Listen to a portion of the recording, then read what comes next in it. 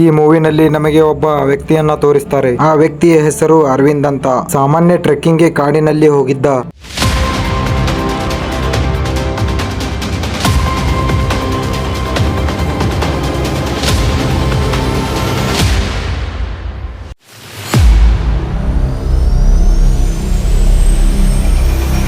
ಕರ್ನಾಟಕದ ಒಂದು ಸಣ್ಣ ಊರಲ್ಲಿ ಅರವಿಂದ್ ಎಂಬ ಒಬ್ಬ ಯುವಕ ವಾಸಿಸುತ್ತಿದ್ದ. ಅವನಿಗೆ ಟ್ರೆಕ್ಕಿಂಗ್ ಮತ್ತು ಅಡ್ವೆಂಚರ್ ಅಂದ್ರೆ ತುಂಬಾ ಇಷ್ಟ. ಪ್ರತಿ ತಿಂಗಳು ಹೊಸ ಜಾಗಕ್ಕೆ ಹೋಗುತ್ತಿದ್ದ.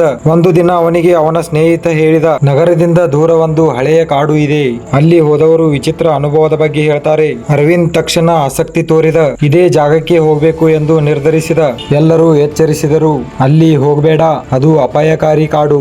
ಆದರೆ ಅರವಿಂದ್ ಕೇಳಲೇ ಇಲ್ಲ. ಮುಂದಿನ ದಿನ ಬೆಳಗ್ಗೆ ಒಂದು ಬ್ಯಾಗ್, ಒಂದು ಶರ್ಟ್, ಸ್ವಲ್ಪ ಆಹಾರ ಇಷ್ಟನ್ನೇ ತೆಗೆದುಕೊಂಡು ಕಾಡಿನ ಕಡೆ ಹೊರಟ. ಆ ಕಾಡಿನ ಹೆಸರು ಕರಿಮಲೆ ಕಾಡು. ಅವನು ಕಾಡಿನ ಒಳಗಡೆ ಹೋಗುತ್ತಿದ್ದಂತೆ ಸುತ್ತಲೂ ದೊಡ್ಡ ದೊಡ್ಡ ಮರಗಳು, ಹಕ್ಕಿಗಳ ವಿಚಿತ್ರ ಶಬ್ದ, ತುಂಬಾ ಭಯಾನಕ ನಿಶ್ಶಬ್ದ. ಮೊದಲಿಗೆ ಎಲ್ಲವೂ ಸಾಮಾನ್ಯವಾಗಿತ್ತು. ಅವನು ವಿಡಿಯೋ ಮಾಡುತ್ತಿದ್ದ. ಫ್ರೆಂಡ್ಸ್, ನಾನು ಈಗ ಕರಿಮಲೆ ಕಾಡಿನ ಒಳಗಿದ್ದೀನಿ. ಆದರೆ ಸ್ವಲ್ಪ ಸಮಯದ ನಂತರ ಅವನ ಮೊಬೈಲ್ ನೆಟ್ವರ್ಕ್ ಸಂಪೂರ್ಣ ಕಟ್ ಆಯಿತು.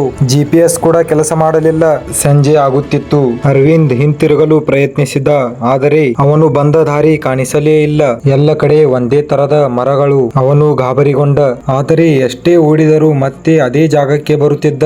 ಆಕಾಶದಲ್ಲಿ ಮಳೆ ಪ್ರಾರಂಭವಾಯಿತು. ಟಾರ್ಚ್ ಲೈಟ್ ನಿಧಾನವಾಗಿ ಕಡಿಮೆಯಾಗುತ್ತಿತ್ತು. ಆ ರಾತ್ರಿ ಅವನು ಹಳೆಯ ಮರದ ಕೆಳಗೆ ಕುಳಿತಿದ್ದ. ಆಗ ದೂರದಿಂದ ಯಾರೋ ನಡೆಯುವ ಶಬ್ದ ಕೇಳಿಸಿತು. ಅವನ ಹೃದಯ ಜೋರಾಗಿ ತಡಕಾಡತೊಡಗಿತು. ಅರವಿಂದ್ ಟಾರ್ಚ್ ಆನ್ ಮಾಡಿದ. ಆದರೆ ಅಲ್ಲಿ ಯಾರೂ ಇರಲಿಲ್ಲ. ಕೆಲವು ಕ್ಷಣಗಳ ನಂತರ ಮತ್ತು ಅದೇ ಶಬ್ದ, ಈ ಬಾರಿ ಇನ್ನೂ ಹತ್ತಿರ. ಅವನು ಹೆದರಿದ ಧ್ವನಿಯಲ್ಲಿ ಕೇಳಿದ, ಯಾರು ಅಲ್ಲಿ? ಯಾವ ಉತ್ತರವೂ ಇರಲಿಲ್ಲ. ಆದರೆ ಒಂದು ಕಪ್ಪು ಆಕೃತಿ ಮರಗಳ ಮಧ್ಯೆ ಕ್ಷಣ ಮಾತ್ರ ಕಾಣಿಸಿತು. ಅರವಿಂದ್ ಉಸಿರೇ ನಿಂತಂತಾಯಿತು. ಅವನು ಕ್ಷಣದಲ್ಲೇ ಓಡಲು ಶುರು ಮಾಡಿದ. ಅರ್ಥಾತ್ ಅವನು ಕಾಲು ಜಾರಿ ಕೆಳಗೆ ಬಿದ್ದ. ಅರವಿಂದ್ ಒಂದು ಹಳೆಯ ಗುಂಡಿಯ ಒಳಗೆ ಬಿದ್ದಿದ್ದ.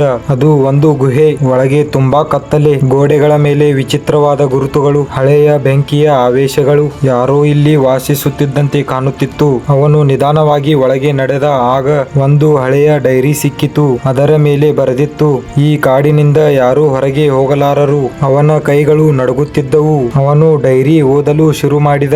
ನಾನು ಇಲ್ಲಿ 3 ದಿನಗಳಿಂದ ಸಿಲುಕಿದ್ದೇನೆ. ಪ್ರತಿ ರಾತ್ರಿ ಒಂದು ನೆರಳು ನನ್ನನ್ನು ಹಿಂಬಾಲಿಸುತ್ತಿದೆ. ಅದನ್ನು ನೋಡಿದವರು ಬದುಕುವುದಿಲ್ಲ. ಅರವಿಂದ್ ಭಯದಿಂದ ಬೆಚ್ಚಿ ಬಿದ್ದ. ಅರ್ಥಾತ್ ಗುಹೆಯ ಒಳಗಿನಿಂದ ಒಂದು ಭಯಾನಕ ಶಬ್ದ ಕೇಳಿಸಿತು. ಗ್ರಹ ಎಂದು ಯಾರೋ ಉಸಿರಾಡುವ ಶಬ್ದ. ಅವನು ಟಾರ್ಚ್ ಅನ್ನು ಹೊರಗಡೆ ತಿರುಗಿಸಿದ. ಆದರೆ ಯಾರೂ ಕಾಣಿಸಲಿಲ್ಲ. ಆ ರಾತ್ರಿ ಅವನು ಗುಹೆಯ ಒಳಗಡೆ ಮಲಗಲಿಲ್ಲ. ಹೊರಗಡೆ ನಿರಂತರ ಹೆಜ್ಜೆ ಶಬ್ದ. ಕೆಲವೊಮ್ಮೆ ಯಾರೋ ನಗುತ್ತಿರುವಂತೆ ಕೇಳಿಸುತ್ತಿತ್ತು. ಗುಹೆಯ ಬಾಯಿಯಲ್ಲಿ 2 ಕೆಂಪು ಕಣ್ಣುಗಳು ಕಾಣಿಸಿಕೊಂಡವು. ಅರವಿಂದ್ ಕಿರಿಚಿದ. ಅವನ ಕೈಗೆ ಸಿಕ್ಕ ಕಲ್ಲನ್ನು ಎಸೆದ. ಆ ಆಕೃತಿ ಕತ್ತಲೊಳಗೆ ಮಾಯವಾಯಿತು. ಆದರೆ ಈಗ ಅವನಿಗೆ ಸ್ಪಷ್ಟವಾಯಿತು, ಅವನು ಒಬ್ಬನೇ ಇರಲಿಲ್ಲ.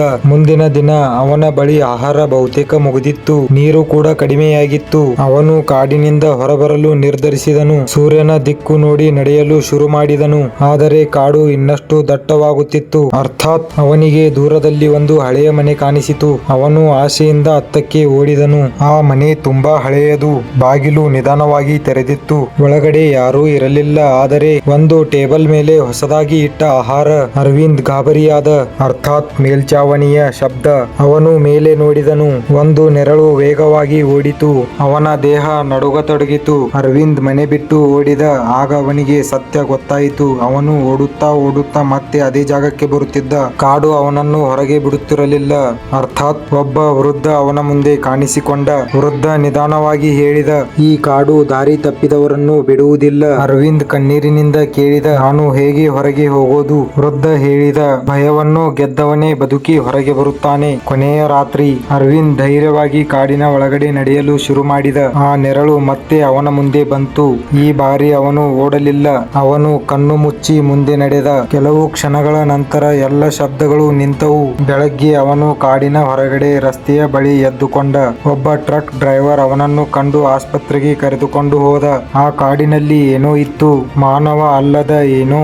ನೀವು ಅರವಿಂದ್ ಜಾಗದಲ್ಲಿ ಇದ್ದಿದ್ರೆ ಆ ಕಾಡಿನೊಳಗೆ ಹೋಗ್ತಿದ್ರಾ? ಕಮೆಂಟ್ ನಲ್ಲಿ ಹೇಳಿ. ಮತ್ತಷ್ಟು ರೋಮಾಂಚನಕಾರಿ ಕಥೆಗಳಿಗಾಗಿ ಸಬ್ಸ್ಕ್ರೈಬ್ ಮಾಡೋದನ್ನ ಮರಿಬೇಡಿ.